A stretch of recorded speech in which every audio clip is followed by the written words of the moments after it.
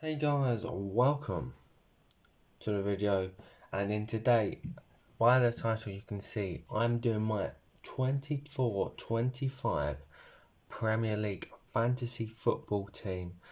This is the team that I'm going to be using in against my friends in a league that I'm doing from work. And today I'm just going to go through who I've picked, what the options are, and kind of the reason why I've picked those players. Obviously, changes will be made throughout the season. There's still a week to go before the season starts. So this could change, but this is my first initial draft for my team. Let's find out who I picked.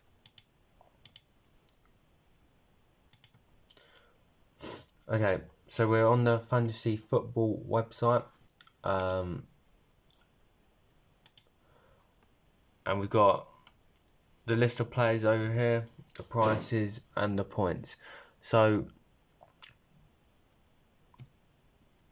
most goalkeepers are 4 to 5 to 5.5 million. So what I've done is, you don't want to spend two goalkeepers and get 5.5 on both keepers. You want to have a good keeper, and then you want to have a backup. Not like the worst keeper in the league, but you want one that plays for like a mid-table team, that will maybe get a point when you've got a game against like City, Chelsea, United. You might want to swap and have your backup keeper because they might be playing a relegation side.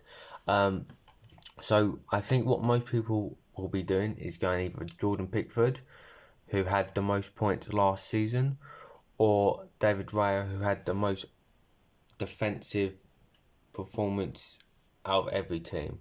Obviously, do you have the likes of Martinez as well from Aston Villa,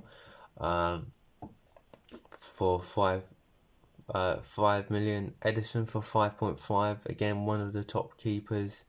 Alisson probably 5.5. So your best keepers are probably Raya, Pickford, Edison, and Alisson. I've gone for David Raya. Now, obviously, this is subject to change. If I was to change it, it would be for Jordan Pickford. But I've gone Raya because Arsenal, again, last season were the most defensive side. They had the best clean sheets. And he was the second best keeper on fantasy football with points. Now, my other goalkeeper is Neto, from Bournemouth. Again, like I was saying, you want a cheap option. He's 4.5 million. Ray is going to be my number one, but maybe when Arsenal play Man City, I could look at the Bournemouth fixture and go, oh, okay, they've got Southampton. They're more likely to get a clean sheet than Raya against Man City. So that might be where I swap him in. And obviously there is special chips and stuff throughout the season. So having a decent keeper on my bench is something that might help me against my friends in this league. Moving to the defence.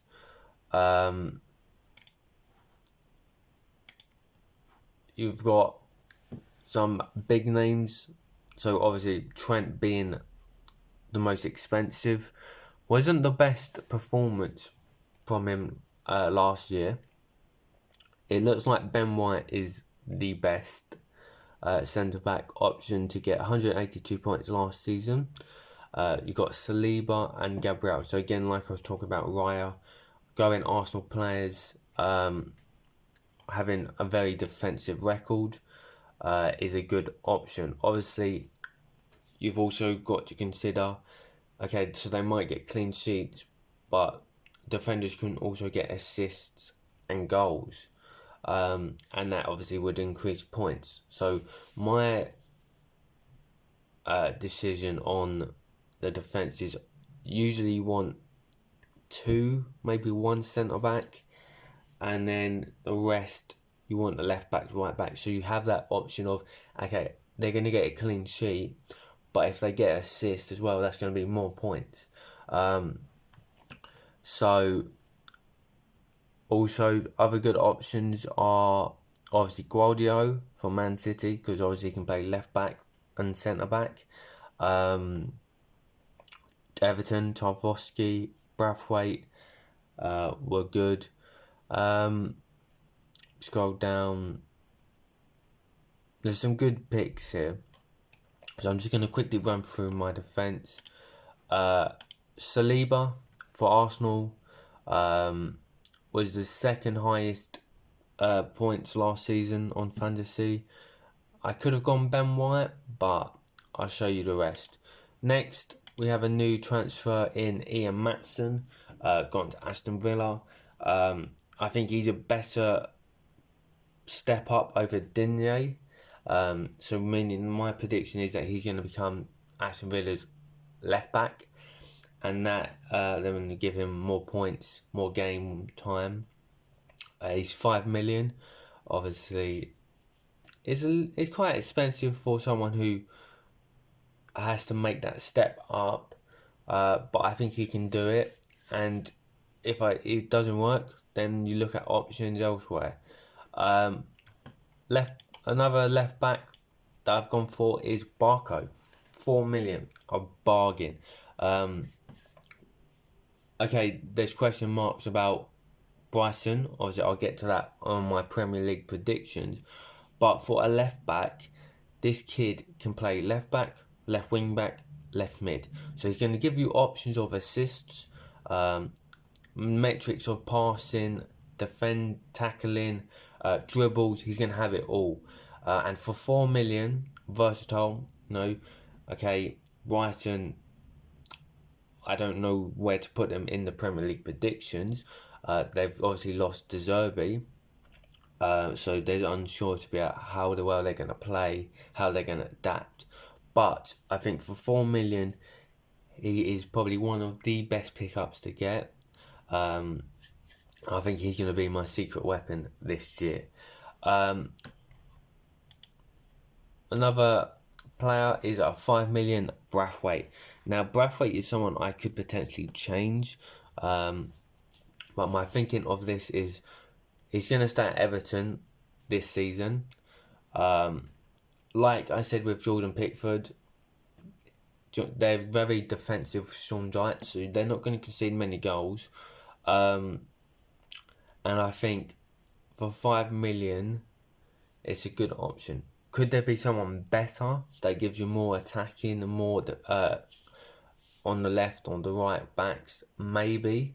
But I think picking an Everton player, especially if it's Braithwaite, Tarkowski, Pickford, whatever, you know they're going to get clean sheets. Okay, they might not win games, which could be a hinder of maximising points, but a clean sheet for a defender is very good. So for 5 million, I've picked up Braithwaite. And the last one is I've gone for the biggest player in the defence for 7 million, Trent Alexander. Now we know Trent has the ability to play right back, centre mid. I think Arne Slot will probably play him at a right back, but he does give that ability to come to centre mid. And obviously, with fantasy, he is known for defence. So if Liverpool do play him as a centre mid, it won't affect my midfield. So basically, I could have 6 midfielders. Again, he has that ability to create chances. One of the best right backs in the league. Okay, it's a big gamble to go for 7 million when he didn't have a great season, finishing about 9th best defender. Will Liverpool keep clean sheets? I don't think they will. But my fault with Trent is that more attacking and the option to go into centre mid to help give me some points. Obviously, this could change by Friday next week. when I submit my team. But that is my back four, slash five, with the two goalkeepers. Now moving into the midfield. Now this midfield is saucy. I think this is probably one of the best teams I've seen compared to my friends. So Smith Rowe, 5.5 million. Now I'm picking him because I think he's moving from Arsenal to Fulham, so he's going to get more game time. I think he's going to become Fulham's most creative player. Okay, it doesn't mean that the chances that he's going to create will be finished, but even if he has like 2-3 one-on-ones, that will go to a metric which might give him bonus points. Obviously, Fulham, defensively, there will be questions. But for 5.5 million, for a mid-table's best player, I think is a steal. He's shown that he has quality at Arsenal. There's no doubt that he's been around for 3 or 4 years. He gets into that Arsenal team on a rotation basis, and he can create something. So for a Fulham where he's going to be the starter, obviously they've lost João Palhinha, which is a defensive problem. But if they can get someone in like McTominay or a solid centre mid to partner Smith Rowe, I think Fulham could be looking dangerous. And that is why I've gone for him. A steal, I think. My next one is the best Premier League midfielder last season on fantasy, Cole Palmer. 10.5 million, very expensive. He's got a first hard game week against City. But I think if anyone's going to score, anyone's going to be that bright spark for Chelsea this season, it's going to have to be Cole Palmer. Now, that doesn't mean I'm picking him because I think he's going to do the same what he did against last season. I don't think he's going to have as good a season. But if he can get 15 goals, 15 assists, somewhere in that region, he's not going to get 20 goals next season. I don't think. But if he can go from either 12 to about 18 goals, that is a good season for him. And he could single-handedly drive Chelsea to points. And that is why I've gone Cole Palmer. Obviously, if I was to change it, I would be trying to maybe change two of my midfielders so that I could afford maybe a Salah. The only other option I would potentially change is maybe Saka. He costs less. Son is less as well. They're just 5 million less. Saka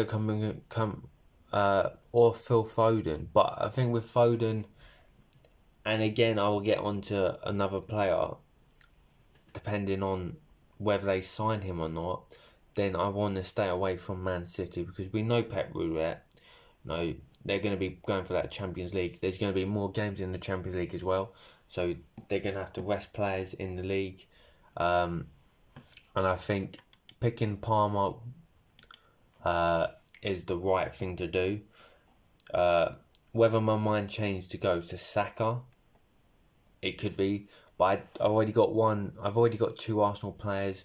I want to kind of have a maximum of 2 players for one team. I think if you start going into 3 players for like 1 or 2 teams, I think you've kind of hindered yourself with other points that you could be getting for not a great team, but like a mid-table team where one of their players will cook for them. Obviously not compared to like bigs like sort of Bruno Fernandes, Odegaard, Salah and stuff, but if they get like 100 and 150 points for playing in a team like Fulham, Everton, that's a good pickup. My next midfielder is Eze. And I kind of alluded to the Man City. Man City have put in a bid for Eze, and I think if he was to leave, I think I would have to get rid of Eze and maybe look at a player like Declan Rice, Bowen, maybe Gibbs White for Nottingham Forest, Garnacho for United. Though, as a United fan, I have unsure feelings of how we're going to do, so I wanted to stay away from Man United players. Even though Garnacho had a great game against Man City in the in the Community Shield yesterday, my thought is to stay away from the team that I support. And if you are picking a team for fantasy football, I do recommend you stay away from the team you support, because obviously there's more bias to players that you like that doesn't gonna translate to points on the game. Bit back to Eze, gonna be the most creative man for Crystal Palace. Obviously, losing Elise, his partner in crime, is a potentially reason why some other people haven't picked him. And obviously, there's a move to City would question my pick, but I think for him, for 7 million, being that star man for Palace, looking great last season towards the end of the season. I think Oleg Lasner has got a full season with Palace this season, and I think he could cook. I'm gonna say if Eze stays at Palace, I think he could get 10 to 15 goals, and that's looking at potentially 150 points on the game. What did he get last season? If I can. He got 136 last season, so I think he could definitely get a couple more. 136 last season, 159 the season before. Had a stinker at 21, but 125. So he's guaranteed to get between 120 to 160 points. Apart from that one season. And my guessing he was probably injured maybe, or they still had Sahar and stuff. So yeah, Eze is going to be my third midfielder. My next one is someone who a lot of people have picked, and that is Gordon for Newcastle. I think picking Newcastle, they're going to be challenging. They've got a great team. And I think he's going to be one of the most attacking players for Newcastle. Obviously, you do have the likes of Bruno, Sandro Tonali back from suspension. So that midfield is going to be solid. I think they're going to pick points up. And I think Gordon could have a good season. He had a couple of bright spells in the Euros. His season has been over the place, as you can see the metric there. He got 183 points last season. The year before he was 68. The season before that 100. So it's a big question mark to gamble on Gordon, but I think pick him. If it doesn't work out, that's 7.5 million in the bank where I could change to someone like a Bowen, a Ward-Prowse for Gibbs White, a Bernardo Silva, Kudos for West Ham. He only played one season. Kulusevski, obviously Gallagher is no longer at Chelsea. Garnacho, let's look at Garnacho's seasons. 131 last season. So maybe Garnacho is someone, even though I'm a United fan, I don't really want to pick them, but if Gordon has a stinker or he's not dropped expectations on points, that is somewhere I could improve. Next one is going to be James Maddison for Spurs. I think if you're going to pick a Spurs player, Maddison is the one to go to. He had a great start to the season last year. For that 2 or 3 months at the opening, he was on track to be the top goal scorer. And he kind of fell away from, he's getting injured and then not really having the form back, obviously missing out with Euros. I think he's got a season to prove. And for 7.5 million, like Gordon, I think if he doesn't start getting those assists or those goals for Spurs, I think he could be changed easily for someone else. But for picking a Champions League contender in Spurs this season, I think Maddison is the way to go for my team. Now, moving to the front three, there's going to be two approaches for fantasy football this season. It's either going to be someone you pick Haaland because he is worth 15 million, so you have to go all out with Haaland. Obviously, a lot of people is going to be predicting Haaland to become the top goal scorer in the league. I haven't gone Haaland.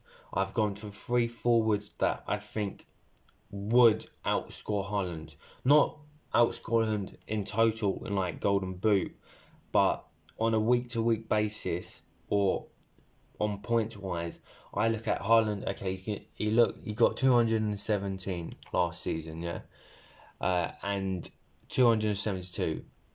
So he's guaranteed to get over 200. If you can pick 3 forwards that are going to have good seasons and get maybe 200 to 180, you've picked up 600 points compared to a 200 on Haaland on his own. So my front three is going to be Ollie Watkins for Aston Villa. Had a amazing season, 228 goals, was the top best forward in FPL last season. 175 for the year before, 131 and then 168. So he's guaranteed to get about 180 points. Now that's only 40 points off Haaland. So then I've gone for Dominic Solanke. Now when I picked this team, Dominic Solanke was at Bournemouth. He has now signed for Spurs this weekend. So I've got a little bit of thinking to do where I want to keep him. But I think him and Maddison in my team, Maddison obviously going to be his teammate now, giving Solanke those assists, where obviously he was at a Bournemouth side who he was the main man, but maybe the creative chances was lacking in some games. He's more likely to get that from Son or Maddison, on Doggy at left wing back. No, so that's not a bad shout. Solanke last season, 175 points last season. So just for those two together, that's already more than Haaland in a season. And then to go for my final forward is again someone who's going to be chasing that golden boot is Isak from Newcastle. Got 172 points, 100 points.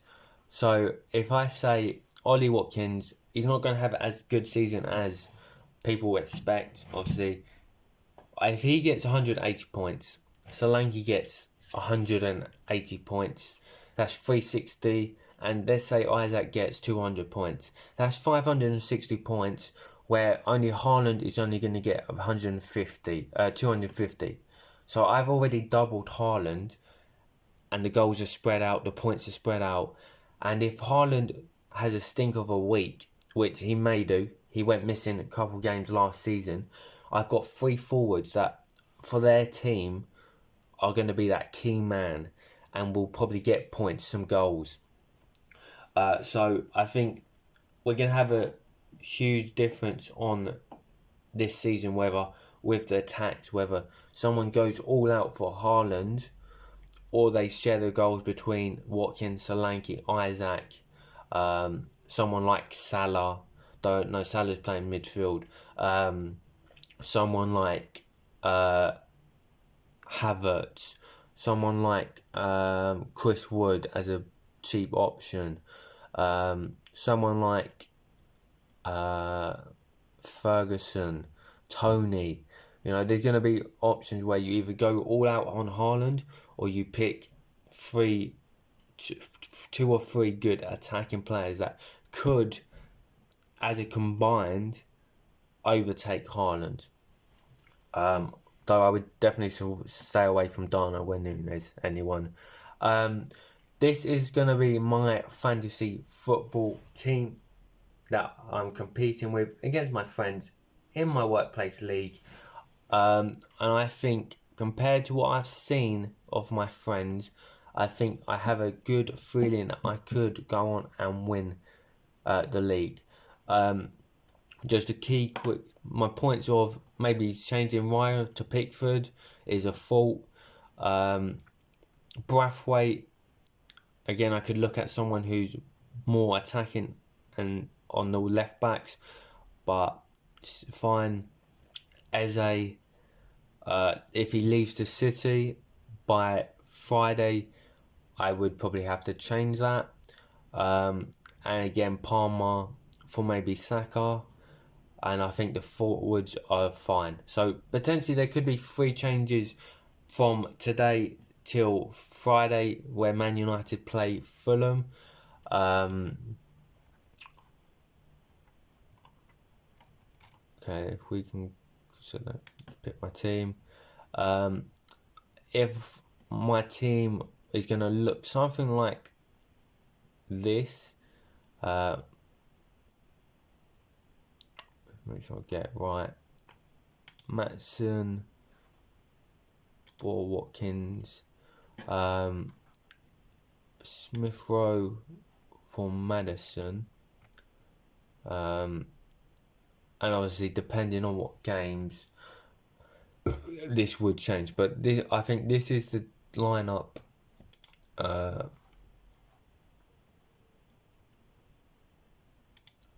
that I'm going to go for the first week. Let me know in the comments down below what your thoughts are. Let me know who you are picking in your team. Are you going with Haaland for 15 million or are you going spread out across the team? I think 15 million is a big price. If you go for maybe you could get a £9.5 million player and a £7 million player for that price. So yeah, I think this is my first draft, guys. Let me know in the comments what you would rate it out of 10. Do you agree with going for 3 forwards, or do you think I should go for Haaland? Is Palmer going to cook like he did last season? Or should I sell it, change him? Let me know in the comments down below. But for now, guys, that is going to be my fantasy football team for the 24-25 season. Thank you for watching. Good luck with this season, guys. My Premier League predictions will be out on Thursday. See you in the next video.